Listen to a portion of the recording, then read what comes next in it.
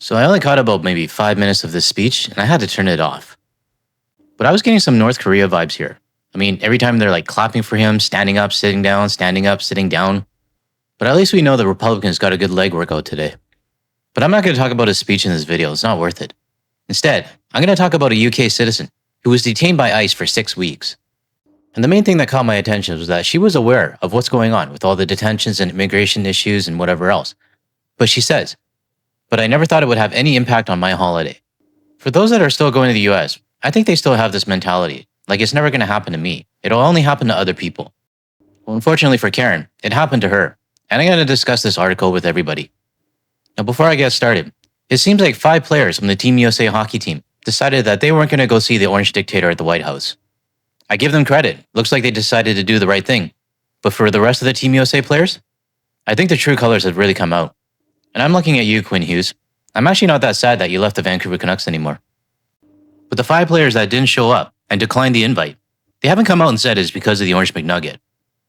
But the fact that they didn't go, I think it speaks volumes. So good on you guys, as well as the entire women's US hockey team as well. Now back to the main article I wanted to show you. It's titled, "Don't Go to the US, Not with the Orange McNugget in Charge. The UK tourist with a valid visa detained by ICE for 6 weeks." Now I don't want this video to be an I told you so video, but some people, I guess they need to learn the hard way. But I do want to discuss what she heard, what she went through, and things that aren't really mentioned in the media. When Karen Newton left home in late July 2025, she knew that international travelers were being locked up in immigration detention centers. "I was aware," she nods, "but I never thought it would have any impact on my holiday." Then she says, "I really just wanted to get away from the house." Well, you definitely did that for 6 weeks in a detention center. Her and her husband Bill had a 2-month vacation plan: California, Nevada, Wyoming, Montana, and then off to Canada after that. And that's where her problems started. The dream holiday ended abruptly on Friday the 26th of September, as Karen and Bill were trying to leave the US. When they crossed the border, Canadian officials told them that they didn't have the correct paperwork to bring the car with them. They were turned back to Montana on the American side, and to the US Border Control officials. Bill's US visa had expired and Karen had not. She says, "I was worried for him. I thought, well, at least I'm here to support him." Now reading this and thinking about it, you would think that Bill would be the one in trouble. I mean, his visa is expired and the Karen's is not. But let me read more, that's definitely not the case. She didn't know at the time, but it was the beginning of an ordeal that would see Karen in handcuffs, shackled, and sleeping on the floor of a locked cell before being driven 12 hours in the night to an Immigrations and Custom Enforcement detention center. Karen was incarcerated for a total of 6 weeks, even though she had been traveling with a valid visa. It states here that Karen has no criminal record, and she says, "I'm not a dangerous criminal. I didn't enter the country illegally, and I had everything I needed to be here." Now we're all probably wondering, why was she detained? Well, let me read this out to you. As Karen got to know the guards at the Northwest ICE Processing Center where she was held, she kept hearing the same thing from them, that ICE officers are paid a bonus every time they detain someone. Individual ICE agents get money per head that they detain. The guard told me that. So let me ask this question. Does anybody watching this right now want to be part of someone's bonus? Because that's basically what it is. Since last August, new recruits can expect to receive a sign-on bonus, up to $50,000.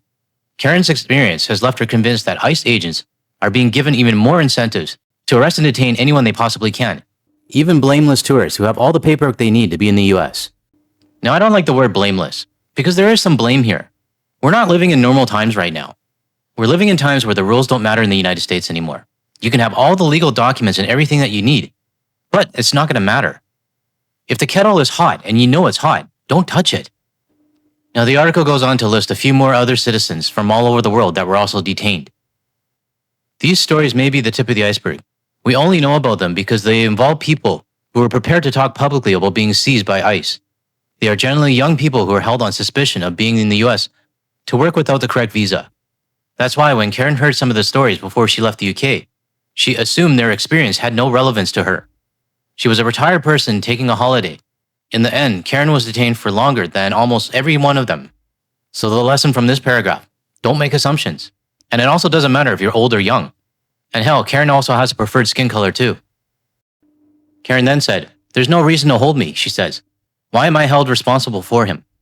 Karen and Bill were shackled at the wrists, waist, ankles, and bundled into a vehicle. She doesn't know how long they were driving on the road for. It just seemed like a never-ending day. They arrived at Sweetgrass Border Patrol in Montana in the middle of the night, and were held there for 3 days, sharing a cell without beds. They slept on mats on the floor, under foil blankets. I was nervous and frightened the whole time. And I was chilled to the bone. I couldn't warm up. Now this next part is going to make everybody facepalm. They were interviewed separately. Karen was not offered a lawyer. She wasn't entitled to one, she says, because she had been detained rather than arrested.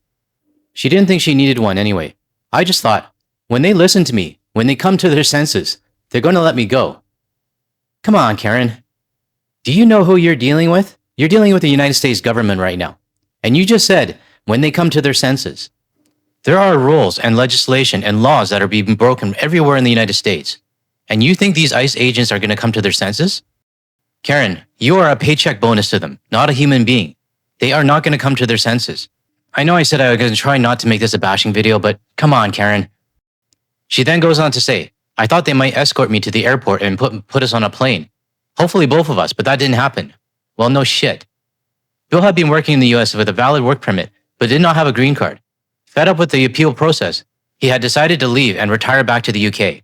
Karen was told that she was guilty by association and that she had broken the terms of her valid B2 tourist visa by helping her husband pack for the trip. It just went from crazy to ridiculous. It felt like they just wanted an excuse to detain me. Well, of course they did. You're a bonus to them. And you're dealing with a corrupt system right now. What it sounds like, it's like a corrupt cop smashing out your taillight, then giving you a ticket for having your taillight out.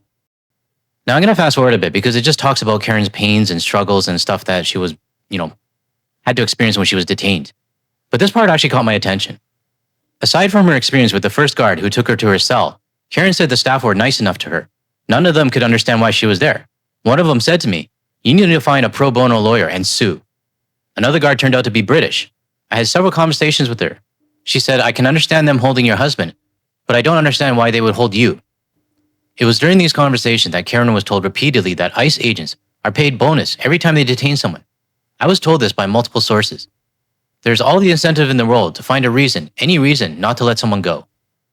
Now I'm going to fast forward a bit because this is a really, really long article, but I want to point this one out. Both Karen and Bill separately tried to contact the British consulate. After weeks of effort, Karen managed to speak to someone, but the consular official told her they couldn't interfere. She said that she'll look into it, but we never heard from them again. They were absolutely terrible. Well, Karen, we are in weird times right now, and there's nobody that can help you. Not even a British consulate. There's nobody to blame in this situation right now except for yourself. What you are doing right now is asking for help and blaming other people, when clearly the kettle label said it was hot. I hope that analogy came out correct. Now, some people may think I'm harsh when I say that, but I'm just stating the facts here. All of this could have been avoided if you decided not to go to the United States and make that assumption that you would be fine because it's only young people getting arrested. Now, Karen and Bill did eventually get released, but I want to show you the repercussions of being detained for 6 weeks. Karen arrived home in Hertfordshire. Oh man, I brutalized another one. To find her car battery flat and her houseplants dead. After failing to pay for 2 months' worth of bills, her credit score had been affected. There were mountains of posts and 6 weeks' worth of emails that she was trying to catch up on. Their luggage, which was confiscated when they were detained, was never returned. But Karen has been grateful for little things. It's just lovely to be in my own bed. One day Bill commented on the poor weather, and I said yes, but you know what? We can go in and out if we wanted to. We're free. You only really appreciate your freedom when you had it taken away. Well, Karen, I'm glad that you're grateful for the little things now, and I'm glad I think you learned your lesson. But for me, I didn't need to be detained for 6 weeks to appreciate my freedom. My freedom is worth more than going to Las Vegas, or California, or even Hawaii. And I'm not going to jeopardize that or roll the dice when I cross the border. Now, this article was a very long one, but if you want to read the whole thing, I'll leave a link in the description below. It was written more like a novel versus like an article, so I did glaze over a lot of things. But I did want to point out a lot of these things to the viewers. And I also tried my best not to make this a bashing video against Karen. But I don't do well with people who become the victim when a situation is totally preventable. But I do hope my video here helps to give some insight on what goes on when you're detained. Maybe you know somebody that's still going to the US, and maybe they need to hear this video. But if I could help one person change their mind on going to the United States, then I would consider this video a success. Now, before I end this video, I do want to comment on some of the comments that I've seen in my videos. More specifically, that last video that I just did, where I called out the people from the US government as well as their citizens, saying that we're going to be the 51st state. Now, I saw some comments from some of the viewers stating that me creating this video is no better than MAGA and that I'm just spreading hate. and that this is not the Canadian way to do it. Well, number one, don't you ever compare me to MAGA. I'm not a racist, I'm not a hater, and I have an education and I can locate countries on the map. And number two, when someone is threatening my country, calling it the 51st state, and taunting it, I'm not going to sit in a corner and not do anything about it. I'm halfway around the world right now, not even in Canada, and I'm upset about what's going on. Upset about how we've been treated by the United States, upset about all the taunts that we're getting, and upset about all the disrespect that's coming from their citizens. If someone is going to drop the gloves with my country, you can bet I'm going to drop the gloves on my side as well. So do not mix up MAGA hate with me defending my country. If I lose your sub, so be it. But I know I have a lot of viewers that feel the same way as me, and we're not going to take it anymore. I normally would apologize for getting riled up, because this is not in my character, but this time I'm not. Because I firmly believe that when you're dealing with the idiots down south that are calling us the 51st state, if you do nothing, they'll keep doing it. And if you're dealing with a bully and you don't fight back, they're going to keep coming after you. If you found any value or agree with anything I said today, or you want to hear more from a Canadian and international point of view, make sure you hit the like and subscribe button below so you're notified of my future videos. Thanks everyone. I'll talk to you later.